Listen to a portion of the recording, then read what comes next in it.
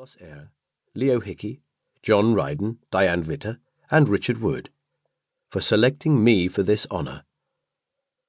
The audience at Yale provided me with my first sounding board, and I then benefited from more detailed scrutiny and assistance from many wonderfully knowledgeable and helpful friends and colleagues. Paula Castle and Brent Howard read and commented on the entire draft of One World, and Matt Ball, John Broome, Michael Doyle, Gareth Evans, Nir Eyal, Peter Godfrey Smith, Axel Gosseries, Laurie Gruen, Dale Jameson, Andy Cooper, Vivian Levin, Stephen Macedo, Jonathan Marks, Darrell MacLeod, Branko Milanovic, Nick Owen, Thomas Pogg, Leif Wenar, and Melissa Williams. All gave me comments on specific chapters within their various areas of expertise.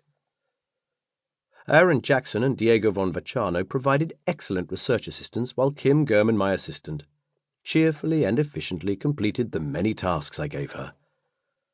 At Yale University Press, Jean Thompson Black was a consistently helpful and supportive editor.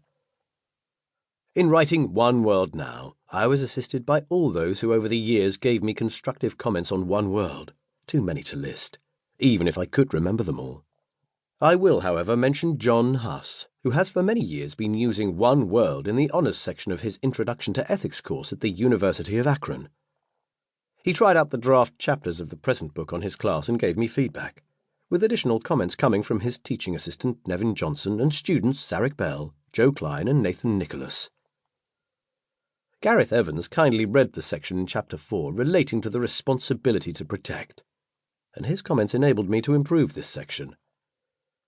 Yale University Press's anonymous reviewers made helpful suggestions that saved me from several errors. Princeton University, and more specifically, the University Center for Human Values, have, over many years, given me ideal conditions for research and writing. Amy Gutman, George Katib, Stephen Macedo, Alan Patton, and Chuck Bites all served as director of the center during the writing of One World or One World Now, and I thank them for their support. Students in my practical ethics course have been a critical audience for some of the material in this book. One World Now was completed in Australia, and I thank the School of Historical and Philosophical Studies at the University of Melbourne for providing me with an office and a congenial atmosphere for work.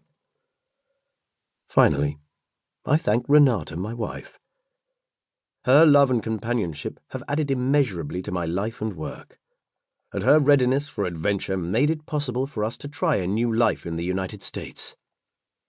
This book is one outcome of that decision.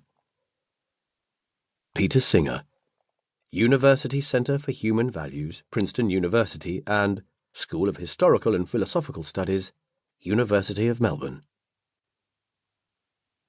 1. A Changing World. Do our fellow citizens always come first? Consider two aspects of globalization. First, the ability of people living in Afghanistan, Iraq, or Yemen to bring sudden death and terror to New York, London, Madrid, Paris, and Sydney. And second, the emission of greenhouse gases from power stations, vehicles, and even cattle. The former leaves unforgettable images that are watched on television screens all over the world. The other causes changes to the climate of our planet in ways that can be detected only by scientific instruments. Yet both are indications of the way in which we are now one world. And the more subtle changes to which our vehicle exhausts contribute are already killing far more people than the highly visible deeds of terrorists. Over the decades since the 1980s, as scientists piled up the evidence that continuing greenhouse gas emissions will imperil hundreds of millions, perhaps billions of lives, state leaders struggled to agree on a plan for making sufficient cuts in those emissions to prevent a serious risk of climate becoming catastrophic, although such a plan would clearly be in the interests of the world as a whole. As we shall see later in this book, even the agreement reached in Paris in 2015 does not do enough. The lack of the necessary global perspective was never better illustrated than by George W. Bush.